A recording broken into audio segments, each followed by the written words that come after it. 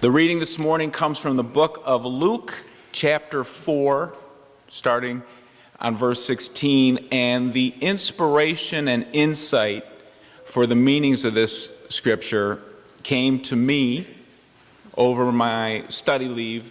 I read a number of sermon anthologies, and two of my favorites were from local Methodist minister Ted Loder and Midwest Lutheran minister Barbara Lundblad. So I lift them up and give thanks to those ministers for how I look newly upon interpretations of this text. Jesus rejected at Nazareth. And he came to Nazareth, where he had been brought up. And as was his custom, he went to the synagogue on the Sabbath day, and he stood up to read. And the scroll of the prophet Isaiah was given to him. He unrolled the scroll and found the place where it was written, "The Spirit of the Lord is upon me, because he has anointed me to proclaim good news to the poor.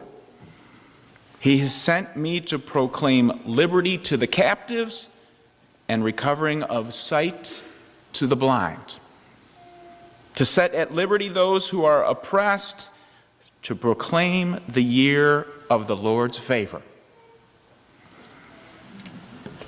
And then Jesus rolled up the scroll and gave it back to the attendant and sat down.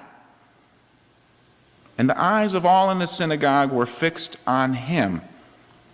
And he began to say to them, "Today, this scripture has been fulfilled in your hearing." And all spoke well of him and marveled at the gracious words that were coming from his mouth. And they said, "Is not this Joseph's son?" And he said to them, "Doubtless you will quote to me this proverb, 'Physician, heal yourself. What we have heard you did at Capernaum, do here in your hometown as well." And he said, "Truly I say to you, no prophet is acceptable in his hometown. But in truth I tell you, there were many widows in Israel in the days of Elijah, when the heavens were shut up 3 years and 6 months, and a great famine came over all the land. And Elijah was sent to none of them, but only to Zarephath in the land of Sidon, to a woman who was a widow. And there were many lepers in Israel in the time of the prophet Elijah, and none of them was cleansed, but only Naaman the Syrian." When they heard these things, all in the synagogue were filled with wrath.